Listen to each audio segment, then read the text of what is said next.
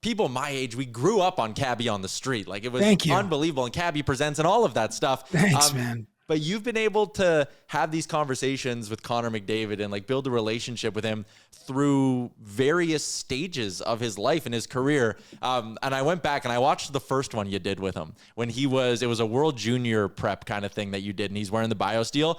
When you tell him he's from the same hometown as Jim Carrey, and he's like, I didn't know that. It's the most mind-blowing thing I've ever seen, because I'm like, how do you not know that? He's like 17 or 18. I'm like, how at no point in your life has anyone been like, hey, you're from the same town as Jim Carrey? Yeah, I wonder why that wasn't on his radar. And because, well, you know what, listen, he was born, I'm assuming he was born in 97 because he wears 97. Yes. But Jim Carrey, like the heart of his all-world run, specifically 94, there's the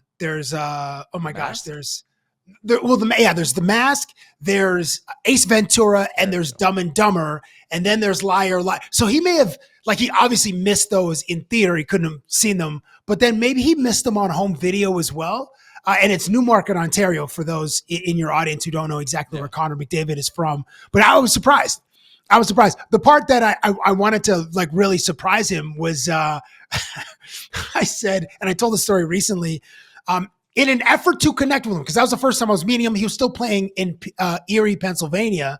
Yeah. And I said, while you're playing hockey, who is the Asian kid that does your math homework? And he said, Ryan Wang. Like, with that, he chuckled and he's like, I know exactly who it is, because I probably spoke to Ryan Wang 2 days ago. So that was, for someone who's had as much pressure on his shoulders at such a young age, I always found it trickier to connect with him, because the poor fella, like it's a privilege to have that much pressure, but only Sid, Wayne, only like a handful of humans ever have had that level of pressure put on their shoulders.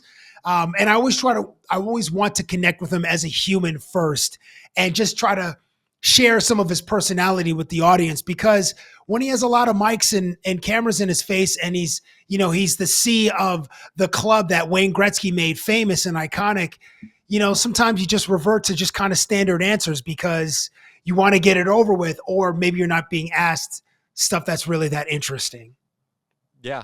That picture you just showed, Aaron, of the young babyface Connor McDavid. Yeah, that's the one. Yeah, what a throwback. What a throwback. But as you've gotten to know him, obviously, over, like, there was that one. Then I watched the video you guys did at Rogers Place as well, which I think was like 2020 or 2021. How's his personality kind of changed, I guess? Like, how has he gone from, or in what ways is he different from that babyface Connor McDavid to like the Connor McDavid we kind of know now? How is he different? Well, he's more confident and he's more established. You guys will see the big change when he wins his first cup, because there was a big change in Sid, and there was a big change in trying to think of another athlete in a different sport. Once they won their first one, there was like a relief, and like the person could just relax a little bit more. And it's coming. I mean, the guy is he's one of one. I messaged him the other day and I said, bro, you're a Rembrandt. Like, remember that. You're a one of one. Your skill, your technical expertise, the way that you innovate the sport, like there's no one like you. So how has he changed? I think I am changing a little bit. I'm trying to push him a little bit further to do more fun things, because we see his personality in commercials, like the CIBC. There was one, do you remember the one where he's like sitting on the ice in like a beach chair, and he's faster than everything, and like he's like sipping on a Mai Tai or something. Yeah. He's like really funny in that commercial. And there's a few other CIBC ones that were great.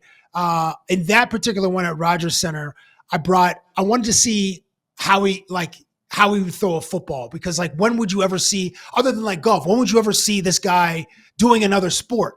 And that was pretty fun. He beat me in the game, and I was so pissed. I was like, this is the one game I know I'm going to beat this mother bleeper in. And he beat me. We're throwing at mid ice to into the goal net, and I missed both. I missed all 5 of my targets like a jerk, and he won. So he's a little bit more a little bit more loose, but still, you probably interviewed him several times and like seen him out. He's just like, there's just so much pressure, and he has to be a little bit guarded because he can't be, his full self in front of everybody. That's like safe for his closest homies and his friends and family, obviously. What's up, Nation citizens? If you enjoyed today's episode of Oilers Nation Every Day, make sure you hit the subscribe button here on our YouTube to not miss any of our content. We got you covered from interviews, insight, analysis, everything you need to stay up to date on everything around the team. Hit that subscribe button so you don't miss a video.